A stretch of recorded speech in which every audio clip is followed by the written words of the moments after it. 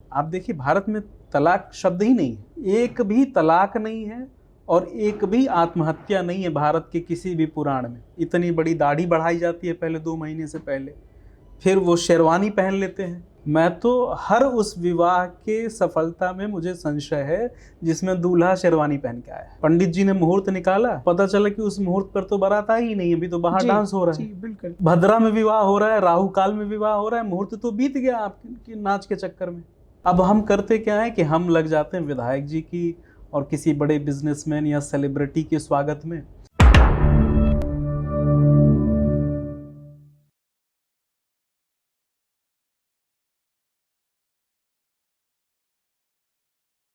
विवाह में पहले जो है हमारे जो सगे संबंधी होते थे वो मुख्य अतिथि के रूप में एक तरीके से आते थे, बट आज वो अतिथि बदल गए हैं। आज वो कोई नेताजी, कोई सेलिब्रिटी, ये एक कार्यक्रम चालू हो गया है कि अगर विधायक हमारे यहाँ आए तो हमारा बड़ा मान सम्मान है, और उस चक्कर में जो आसपास जो हमारे सगे संबंधी जिनका एक्चुअल में इम्पोर्टेंस हुआ करता था उनकी इम्पोर्टेंस कहीं पीछे चली गई है। इन चीज़ों का विवाह पर क्या असर पड़ता है? साथ ही ये भी सवाल ये है कि विवाह में जो कुंडली मिलाने का जो प्रक्रिया है, जो हम बात कर रहे थे, लोग गुण दोष देखते हैं कि इतने गुण से मिल रहा है, उतने गुण से मिल रहा है। ये सब पे प्रकाश थोड़ा डालें आप। सबसे पहले तो विवाह क्या चीज़ है इसको समझा जाए। भारतीय मनीषा विवाह को उस समझौते की तरह नहीं देखती है कि आज से आपको एक साथ रहने का सामाजिक लाइसेंस मिल गया है या अब आप संतान पैदा कर सकते हैं। विवाह कोई एक अलग बात है। भारत में जन्म लेने का एक उद्देश्य है। भारत में जो जन्मा हुआ व्यक्ति है वो एक आध्यात्मिक यात्रा पर आया है, इसलिए यहाँ संघर्ष अधिक है। हो सकता है कि दुनिया के बाकी देशों में ऐशो आराम अधिक हो। हमारे एक मित्र हैं, ये दिल्ली में बड़े व्यवसायी हैं, तो कहते हैं कि जैसे एसी होता है, एक तरफ ठंडा एक तरफ गर्म पीछे, तो भारत जो है दरअसल एसी के पीछे है। यहाँ गर्मी बहुत है, यहाँ संघर्ष बहुत है, और उधर यूरोप और अमेरिका वो एसी का दूसरा हिस्सा है। इस रूपक से अलग भारत में जन्मे हुए हर व्यक्ति का, हर जीव का एक आध्यात्मिक यात्रा है। इस आध्यात्मिक यात्रा में हम अकेले हैं। आप ऐसा मानिए कि ईश्वर ने एक ही आत्मा को 2 रूपों में बनाया है। आधा एक शरीर में डाला है, आधा दूसरे शरीर में डाला है। विवाह इन 2 आत्माओं के मिलन की प्रक्रिया है। वेदों में अग्नियों का उल्लेख है, अरनियों का उल्लेख है। कई तरह की अरनियाँ, कई तरह की अग्नियाँ होती हैं। एक अग्नि का नाम है गार्हस्थ्य अग्नि। विवाह गार्हस्थ्य अग्नि की फाउंडेशन का दिन है। उस दिन उसका प्रारंभ होता है, उस दिन से वो अग्नि प्रज्वलित होती है जिस पर गृहस्थ धर्म आश्रित होता है, और गृहस्थ धर्म पर ही संसार के बाकी धर्म आश्रित होते हैं। तो जिस समय गार्हस्थ्य अग्नि की फाउंडेशन दी जा रही है, उसका शुरुआत की जा रही है, उसका प्रारंभ हो रहा है, उस समय कुछ साक्षी होने चाहिए। उनमें से प्रथम साक्षी अग्नि है, द्वितीय साक्षी ब्राह्मण है जो विवाह करा रहा है, और तृतीय साक्षी रक्त है। रक्त संबंध है। हमारे चाचा, हमारी चाची, मामा, मामी, फूफा, फुआ, ये जो रक्त संबंधी है ना, ये उस अनुष्ठान के साक्षी होने चाहिए। अब हम करते क्या है कि हम लग जाते हैं विधायक जी की और किसी बड़े बिजनेसमैन या सेलिब्रिटी के स्वागत में, और वो जो सबसे महत्वपूर्ण व्यक्ति है, वो जो रक्त संबंध का साक्षी है, वो जो गार्हस्थ्य स्थापना का साक्षी होना चाहिए, उसकी हम कहीं ना कहीं उपेक्षा कर देते हैं। पहले ऐसा नहीं था। बुआ फूफा महीना भर पहले से आ गए, मामा मामी को न्योता सबसे पहले चला गया, वो 10 दिन पहले से आके बैठे हुए हैं, हर एक चीज़ पर नज़र रख रहे हैं, क्या बन रहा है, कैसे होगा। उसमें उनकी भूमिका सुनिश्चित हो जाती थी। और अब तो वो उपेक्षित बेचारे कहीं कोने में बैठे रहते हैं, लिफाफा दिया और चले गए। ये हमारी संस्कृति नहीं। इस तरीके से जो विवाह होगा जिसमें रक्त संबंध की उपेक्षा होगी, वह विवाह कितना चलेगा ईश्वर जाने। और आप देखिए, भारत में तलाक शब्द ही नहीं है। विवाह विच्छेद ये कृत्रिम शब्द बनाया गया है। विवाह विच्छेद का कहीं उल्लेख ही नहीं है। पूरे भारतीय आर्ष परंपरा में इतने हजारों लाखों ग्रंथ हैं, एक भी तलाक नहीं है और एक भी आत्महत्या नहीं है भारत के किसी भी पुराण में, किसी भी कथानक में आपको आत्महत्या और तलाक नहीं मिलेगा। हमारे यहाँ सोच में ही नहीं था ये। और उसका एक बहुत महत्वपूर्ण कारक ये था कि विवाह में जब वो अग्नि की स्थापना की जा रही है तो उसके साक्षी जो लोग थे वो शुद्ध मन से वहाँ खड़े थे, और आज तो हमने खुद उन्हें किनारे कर दिया है। इसका कुप्रभाव 10-20 साल बाद और समझ में आएगा।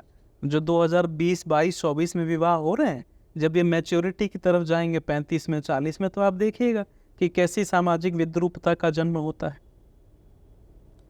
विवाह में एक और बहुत महत्वपूर्ण चीज़ है मुहूर्त। पंडित जी ने मुहूर्त निकाला, पता चला कि उस मुहूर्त पर तो बारात आई ही नहीं, अभी तो बाहर डांस हो रहा है। जी बिल्कुल। तो भद्रा में विवाह हो रहा है, राहु काल में विवाह हो रहा है, मुहूर्त तो बीत गया आपके नाच के चक्कर में। उस पूरे आयोजन का 3 व्यक्ति सबसे महत्वपूर्ण है, वर, वधू और वह पुरोहित जो विवाह करा रहे। इसके अलावा माता पिता, वो तो दानी की भूमिका में है, वो तो कन्यादान करने बैठे, वो सबसे बड़ा दान करने के लिए आ रहे। अब इन चारों पांचों की प्रकृति उस समय कैसी है ये भी महत्वपूर्ण होगा। हमारे यहाँ 3 दिन का जनवासा होता था और उसमें हम कहते थे कि वर विष्णु स्वरूप है। और विष्णु कैसे हैं आप देखिए, विष्णु को चित्रों में देखिए, वो सर्वांग सुंदर हैं, पीताम्बर पहने हुए हैं, अच्छा इत्र लगाए हुए हैं, एकदम महक रहे हैं, गमक रहे हैं। और आज का जो वर है उसको देखिए, इतनी बड़ी दाढ़ी बढ़ाई जाती है पहले 2 महीने से पहले, फिर वो शेरवानी पहन लेते हैं। किस शास्त्र में शेरवानी का उल्लेख? आप भारतीय पद्धति से विवाह कर रहे हैं, भारतीय पोशाक पहन के जाइए ना आप। मैं तो हर उस विवाह के सफलता में मुझे संशय है जिसमें दूल्हा शेरवानी पहन के आया है। फिर मैं इस पे पूरा एक ओवरऑल जो यूथ है उसका मैं पॉइंट ऑफ व्यू देखूं तो वो 2 ही स्थिति में आजकल लोग जाकर अपने व्यवस्था में शादी कर रहे हैं। एक तो ये है कि भाई मैं अफेयर 4 करूँगा, बट मैं घर जाकर पिताजी से कह नहीं सकता, तो मैं पिताजी जहाँ कहेंगे वहाँ, और उसमें दहेज रूपी या जो भी एक ढोल नगाड़े और जो ढोंग की आप बात कर रहे थे समाज में करवाना है कि इनकी ऐसी शादी हुई है। जो एक जनवासा होता था वो पूरी तरह से चेंज हो गया है। अब वो कौन आया है, नाच किसकी आई है, या किस तरह का कार्यक्रम आपने, कितने लोगों का, क्या किस होटल में या किस तरीके का आपने आयोजन किया है, कौन से नेताजी आए हैं, उसलिए कर रहा है। या फिर जो दूसरी जो कैटेगरी है वो ये कह रही है कि अब मैं प्रेम में हूँ और प्रेम ही सबसे बड़ा उसको चीज़ समझ में आता है, और उसे लगता है कि मैं किसी और स्त्री के प्रति जो सिर्फ कुंडली के आधार पर मेरी एक उसके साथ गुण दोषों का एक बनाया जाएगा, वो कैसे, और कहीं पर एक जुड़ाव है ऑलरेडी उसको तोड़ के कहीं और कैसे। तो ये 2 ही स्थितियाँ मैं देख रहा हूँ कि जो एक, या तो लोग इंटरकास्ट लव मैरिजेज़ या अपनी कास्ट में मिल गया तो बहुत भाग्य है, लव मैरिजेस कर रहे हैं और वहाँ पर कुंडली को बहुत महत्व नहीं मिल रहा है। देखिए, आपने जो प्रश्न पूछा है उसमें एक चीज़ समझने की बहुत गहराई से आवश्यकता है कि भारतीय शास्त्र परंपरा, आर्य सभ्यता, वो प्रेम के विरोध में नहीं है, बल्कि प्रेम की समर्थक है। प्रेम को अपने आप में एक विवाह माना गया, गंधर्व विवाह। अगर दोनों की सहमति है और दोनों ने एक साथ समय बिता लिया, एक दूसरे के साथ सहवास कर लिया, तो विवाह हो गया। दुष्यंत और शकुंतला, उनका क्या विवाह हुआ था। और आप यह भी देखेंगे कि हमेशा जोर यह रहा कि योग्यतम का चयन हो। आज की भाषा में हम जिसे यूजेनिक्स कहते हैं, सुजननी की दृष्टिकोण यह है कि आने वाली जनरेशन सुंदर हो, बलवान हो, गुणवान हो, इसे यूजेनिक्स कहा गया। इस पर जोर था। पूरे समय जो सास अपनी बहू से लड़ती रहती है, वही बहू जब गर्भवती हो जाती है तो उस सास का व्यवहार देखिएगा, पता चला उसके लिए छुआरे पीस रही है। कारण कि वो डीएनए का जो जोर है ना, वो एक बहुत बड़ा फोर्स है। वो चाहती है कि अगली जनरेशन बहुत शुद्ध हो, बलवान हो, रूपवान, गुणवान हो। जो वास्तविक प्रेमी होता है वो ईश्वर से और उसकी हर कृति से बराबर का प्रेम करता है। अब जैसे देखिए, भगवान कृष्ण के इतने विवाह हुए, उनके विवाह से पहले के प्रेम, बाद के भी प्रेम।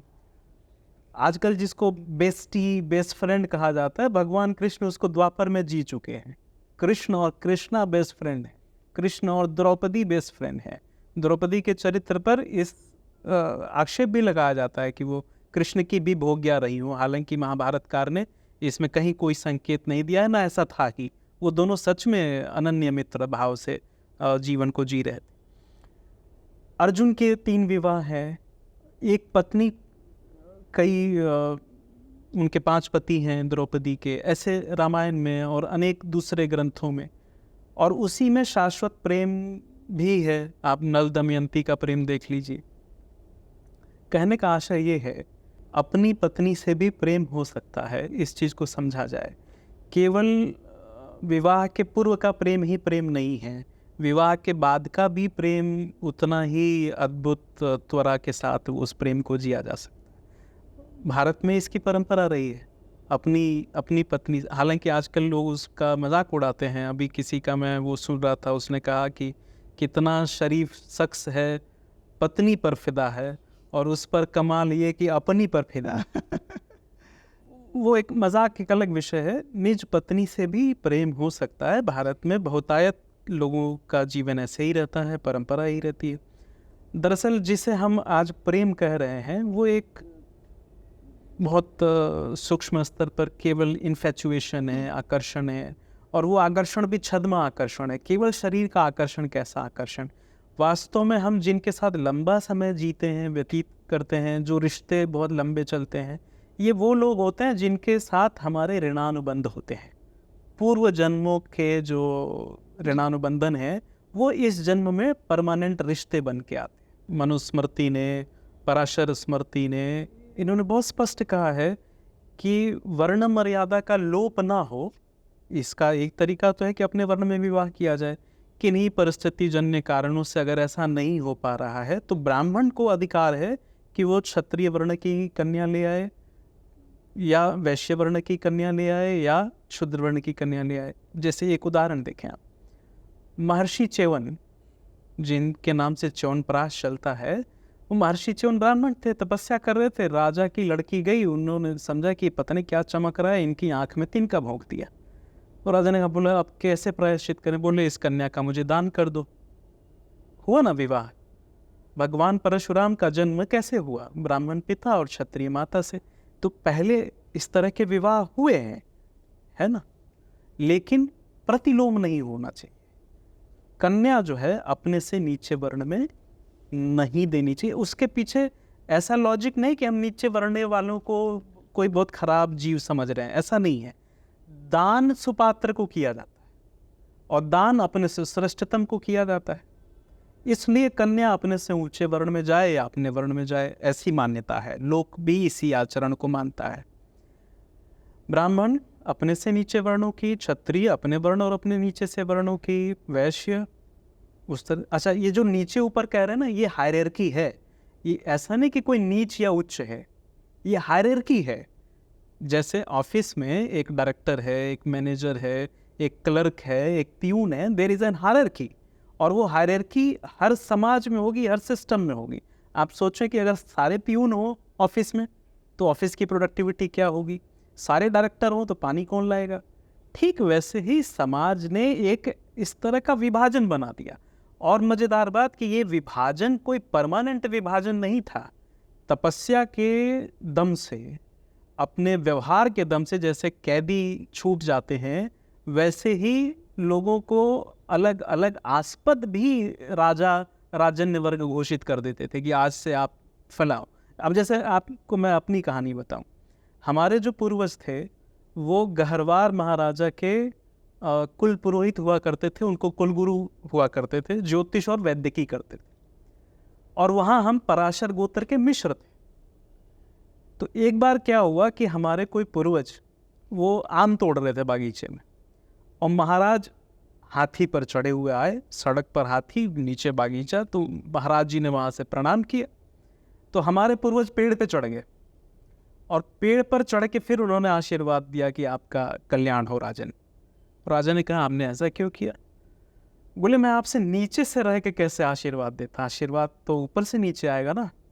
तो राजा को उनकी इस युक्ति पर बड़ी प्रसन्नता हुई। बोले आपने तो बड़े उपाय से काम लिया, आज से आप उपाध्याय। उपाध्याय ये उपाध्या वर्ण से बना हुआ है। उपाध्याय, ओझा और झा ये तीनों एक है। तो राजन्य वर्ग ने आस्पदों का वितरण किया, निर्माण किया। उसमें किसी ब्राह्मण की भूमिका नहीं होती थी, राजा की भूमिका होती थी। और राजा या चयन इस बात पर करते थे कि सामूहिक व्यवहार इस गांव का या इस वर्ण का कैसा है। इसका मतलब कि वर्ण कोई परमानेंट व्यवस्था नहीं थी। रक्त से जुड़ा होने के बावजूद भी, जैसे कोई विशिष्ट सेवा के लिए मेडल नहीं मिल जाता, तो जब कोई विशिष्ट अद्भुत आचरण करता था, तपस्या करता था, तो उनके वर्ण बदल भी दिए जाते थे। विवाह मेलाप की दृष्टि से मैं एक आपको बात बताता हूँ। जैसे पिछली जनरेशन और उसके पिछली जनरेशन में आप देखेंगे कि कुंडली मिलान का इतना जोर नहीं था, और राशि नाम पे गिन लेते थे और कई बार गिनते भी नहीं थे। हम लोग के गांव में कहा जाता था मनना बन गया, अब चाहे गणना बने चाहे ना बने, विवाह तो हुई, है ना। हमारे माँ बाप, दादे परदादे सबका विवाह ऐसे हुआ था। दरअसल कुंडली का रोल इसलिए अधिक है कि इनके संतान होगी या नहीं, इस विचार से ज़्यादा देखना चाहिए जी क्योंकि विवाह का प्रथम उद्देश्य तो प्रजा उत्पत्ति जी है ना। संतान ना हो तो वो विवाह फिर विवाह नहीं है। इसलिए देखा जाना चाहिए। ये नाड़ी दोष और ये मांगलिक दोष, इनका भी महत्व है, लेकिन पिछली जनरेशन ने इनको बहुत महत्व नहीं दिया था, अभी ज़्यादा हो गया।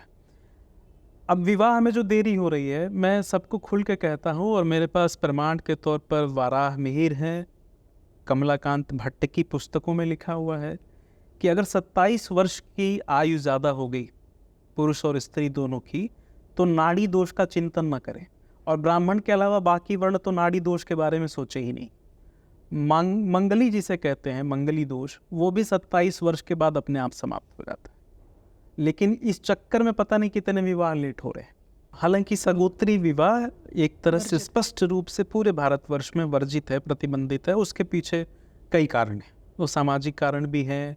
गोत्र का मतलब ये होता है कि हम किस ऋषि परंपरा के आते हैं। अब ऋषि परंपरा में जन्मे हुए लोग एक तरह से भाई बहन हो गए, तो उनका विवाह नहीं होना चाहिए। दूसरा कि अगर कोई जेनेटिक डिसऑर्डर है किसी को भी, तो सगोत्री होने के कारण अगली जनरेशन में वो और प्रोमिनेंटली मौजूद होगा।